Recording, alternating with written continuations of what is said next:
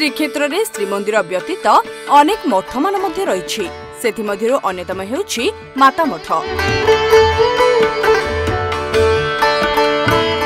द्वापर जुगर कथा यशोदा और कृष्ण कहानी कृष्णलीला पुरीर विभिन्न मठ बाड़ी अभिनीत होता है। विशेषकर माता मठरे कृष्ण और यशोदांकर सही कथा मन पकाइबाकू पुरीर माता मठ बा गौरव विहार आश्रम रे भिन्न भिन्न वर्ष रे केबे 505 केबे 606 आउ केबे 555 प्रकार व्यंजनादि भोग करा जाय थाए।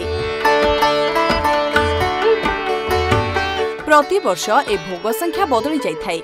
किंवदंती अनुसायी मां यशोदा हठात दिने देखिले जे तांको कान्हार देह छड़ी जाइछि। एतिकिरे मां उछन होई गले। भाबिले न खाई न पी सेमिति होई गलानी। सेठू यशोदा कौन कले कि निजे रोसई घर को जाई नाना प्रकार पुष्टिकर तथा स्वादिष्ट व्यंजन प्रस्तुत करी कृष्ण को खुआइले।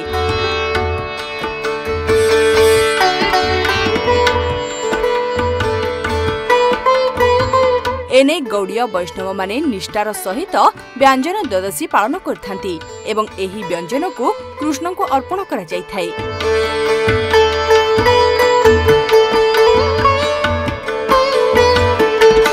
एही आश्रम रे प्रतिवर्ष 30 रु अधिक अंतेवासी अन्न व्यंजन प्रस्तुत करी श्रीकृष्ण को भोग लगाई थांती।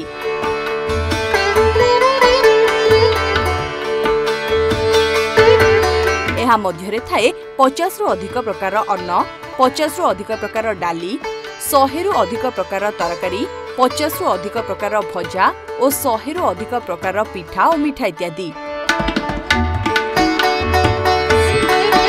तेबे एते प्रकार व्यंजन परसिबा पई स्वतंत्र भावे निर्मित खलीपत्र व्यवहार करा जाय थाए।